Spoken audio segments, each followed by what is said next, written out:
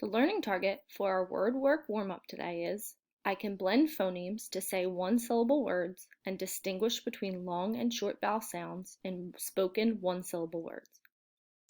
I am going to say the sounds in each picture card, and we will blend the sounds to say the word. Let's start with this first picture card. Axe, axe, at, hat, ch, a, n, chain, m, a, z, maze, l, a, n, plane,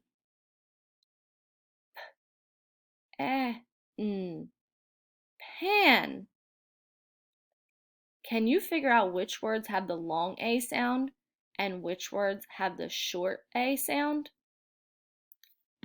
Axe, hat, chain, maze, plane, pan. Axe, hat, and pan all have the short A sound.